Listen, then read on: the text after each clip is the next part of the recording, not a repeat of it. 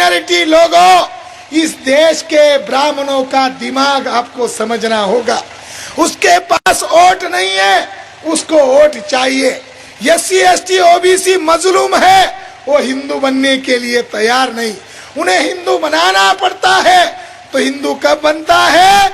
जब फसाद होता है। हिंदू बनाने का तरीका क्या है? फसाद करने का। और जब फसाद होता है तब मजलूम लोग हिंदू बने जाते हैं। पंडित नेहरू ने देखा फसाद की जड़ को पैदा करना होगा, तब पंडित जवाहरलाल नेहरू ने फैजाबाद जिले का जो कलेक्टर था, उसका नाम के नैयर था, उसको बुलाया और उसको गुप्त प्लान बताया। और 23 दिसंबर 1949 के रात के 1 बजे पंडित जवाहरलाल नेहरू ने, जिसको हमारे मुस्लिम लोग सेकुलर मिजाज का कहते हैं, आपको शायद भ्रम है और भ्रम को दूर करना चाहिए। ये सबसे बड़ा शैतान आदमी था, ये सबसे बड़ा कम्युनल आदमी था। इसने 23 दिसंबर 1949 के रात को 1 बजे राम की मूर्ति बाबरी मस्जिद के अंदर बिठवाई।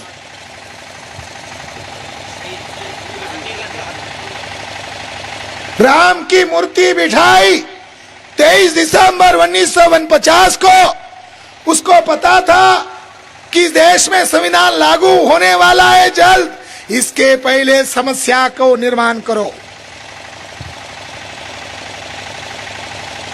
जब वो मरने के कगार पर था तो एक पत्रकार उसके घर पर गया था उसको मिलने।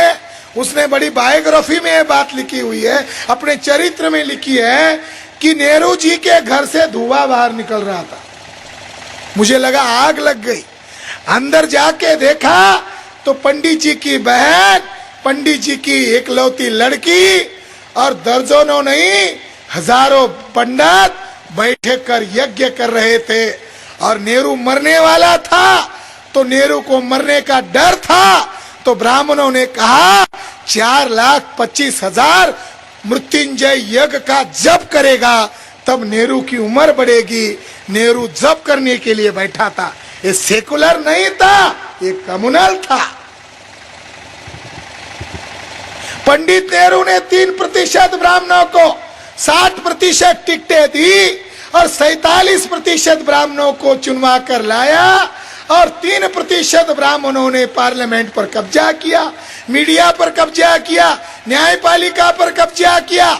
आज की तारीख में 28 जजेस है सुप्रीम कोर्ट के, 28 के 28 एक भी मराठा नहीं, एक भी माली नहीं, एक भी ओबीसी नहीं, एक भी नाई नहीं, एक भी शेड्यूल कास्ट नहीं।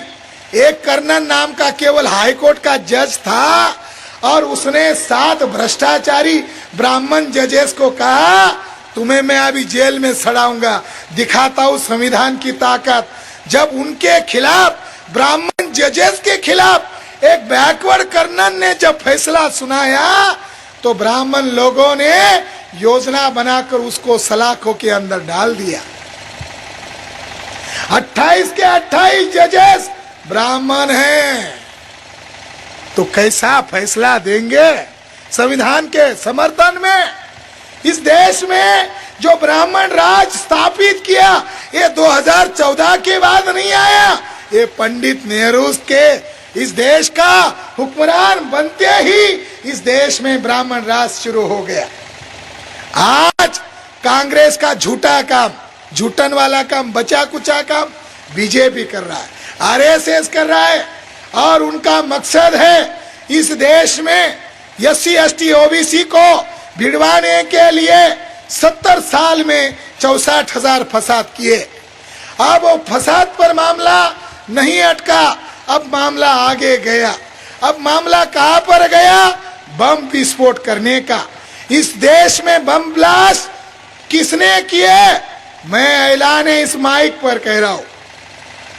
और कई सरकारी अधिकारी आते हैं, आईबी के लोग आते हैं, मेरे बयान को दर्ज करते हैं।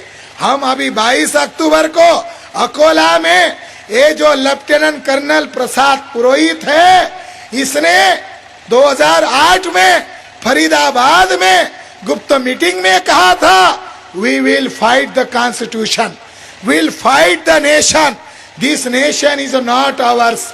ये मोदी भागवत कहते हैं हिंदू राष्ट्र बनाना है, हिंदुस्तान बनाना है, हिंदू राष्ट्र की स्थापना करनी है। जिसको उन्होंने रिहा किया गुप्त मीटिंग में, करकरे ने 48 वीडियो और ऑडियो को उनके लैपटॉप से जब्त किया था। एक बाबा राम रहीम पकड़ा गया तो चर्चा हुई। शंकराचार्य पांडे के बारे में उसी समय बातें लीक हुई थी, ये बम ब्लास्ट करने में शामिल था। इसके पास कोई भक्त के रूप में कोई औरत जाती थी, दरवाजा बंद करके उसके ऊपर रेप करता था, और रेप भी नहीं करता था, उसका वीडियो शूटिंग करता था। लैपटॉप में मिला।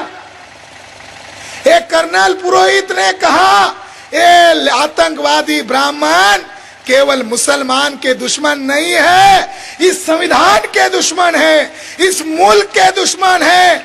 उसने गुप्त मीटिंग में ऐलान किया, क्या ऐलान किया? ये मुल्क ब्राह्मणों का नहीं है।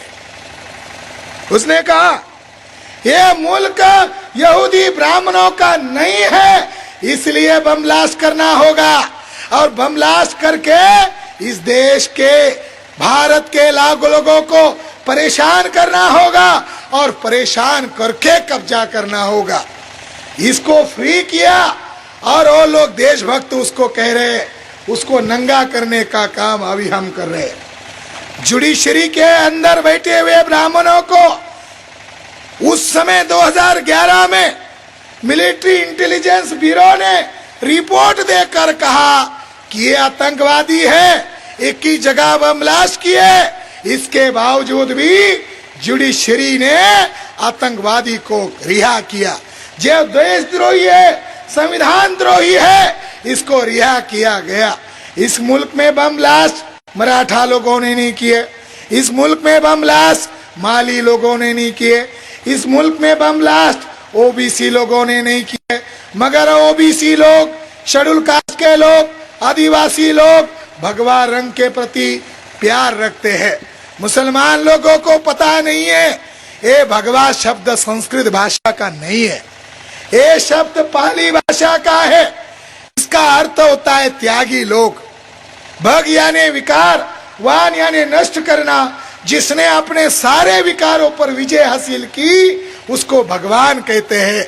भगवान का ताल्लुक उनसे नहीं है, भगवान का ताल्लुक इंसानों से है, जिसने सारे विकारों पर विजय हासिल की।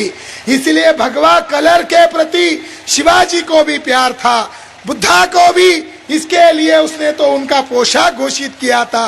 ब्राह्मण लोग जानते हैं, एक मिट्टी पर कुछ नहीं उनका, आए थे घोड़े पर, जाने वाले गधे पर, कुछ नहीं इस मुल्क के अंदर। उनका यहाँ पर मजहब भी नहीं है, सब बातें यहाँ से चुराई। भगवा शब्द उनका नहीं है, भगवा शब्द हमारा है। वो इस्तेमाल कर रहा है, इसलिए बुरा आपको महसूस होता होगा। जब आप कहते हो भगवा आतंकवादी, तो भगवा आतंकवाद के नाम पर ओबीसी को उसके समर्थन में आप खड़े करते हो। कोई भगवा आतंकवादी नहीं है। पकड़े गए जितने भी आतंकवादी है एक ही कौम के हैं, एक ही जाति के हैं, और वो लोग है ब्राह्मण। शंकराचार्य पांडे ब्राह्मण, प्रज्ञा ठाकुर ब्राह्मण, असीत चटर्जी उर्फ असीमानंद, जिसने खुद पुलिस को लिख के दिया कि मोहन भागवत के कहने पर एक ही जगह मैंने बम ब्लास्ट किए, इसने कन्फेशन दिया, ये भी ब्राह्मण। लेफ्टिनेंट कर्नल प्रसाद पुरोहित ब्राह्मण, सुनील जोशी ब्राह्मण, रमेश उपाध्याय ब्राह्मण। किसका किसका नाम ले, 50 ब्राह्मणों की लिस्ट